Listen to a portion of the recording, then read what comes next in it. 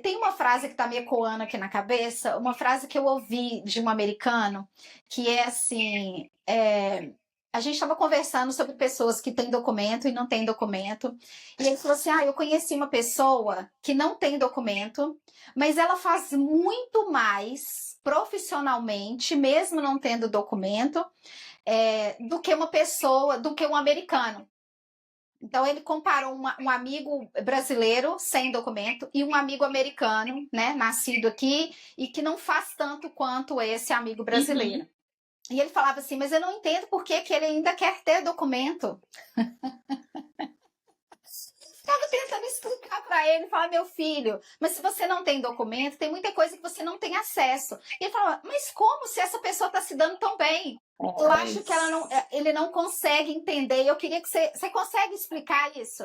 Em defesa dessa pessoa, aquele americano, né, que falou isso. Isso. Em defesa dessa pessoa, eu coloco uma pergunta, não só a você, Clarissa, mas ao público em geral. A gente sabe como funciona o sistema de imigração no Brasil? A gente não sabe. A maioria das pessoas não sabe como funciona o RNE, que é o Registro Registro Nacional dos Estrangeiros. Como você pega um CPF, como quando você é estrangeiro, quanto tempo você pode ficar no Brasil, quanto tempo você não pode.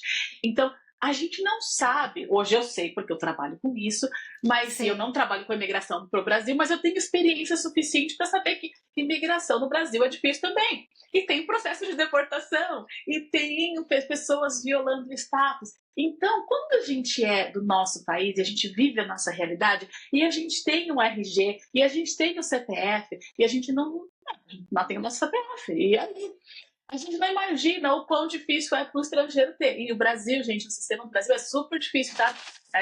Não é uma coisa simples. A gente imaginar que, não, vem para cá, não. O sistema de imigração do Brasil é tenso. Então, eu acho que vem de um ponto de não saber, da ignorância, no sentido de, não de ser burro, mas de realmente não saber. De não entender que a liberdade de ir e vir é um privilégio.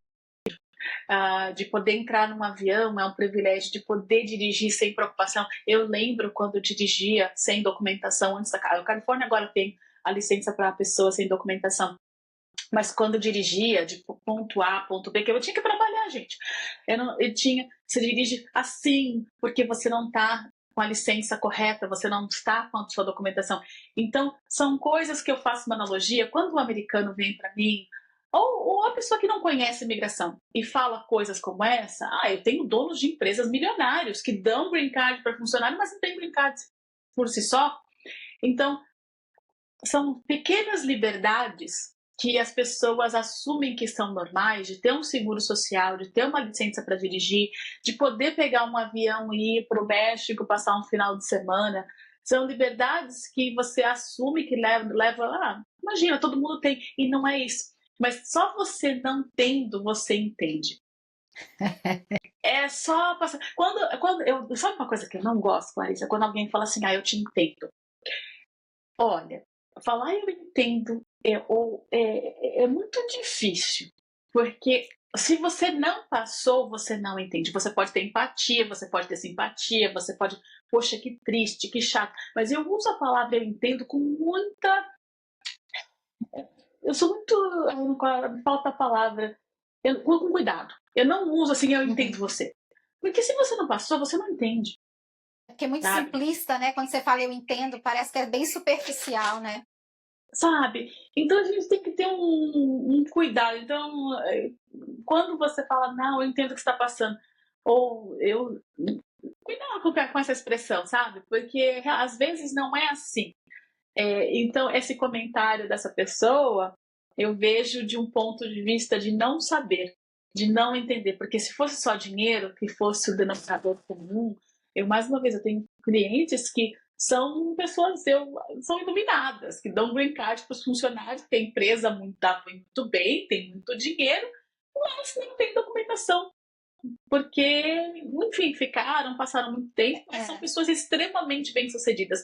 Mas essa limitação, e outra coisa, essa limitação de não poder viajar, eu falo que tem 3 fases nos Estados Unidos, tá?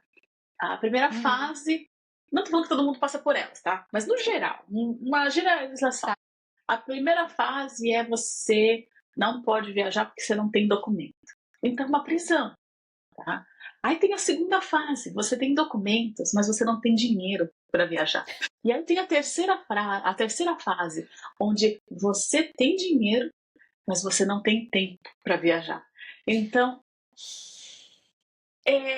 a vida nos Estados Unidos, quando se fala em documentação, mas a primeira fase eu ainda acho a pior, porque você não poder. O fato de você não viajar porque você está sem tempo, porque você está sem dinheiro, é uma coisa que você ainda pode fazer. O não poder fazer, a barreira, tem um fator psicológico emocional muito grande.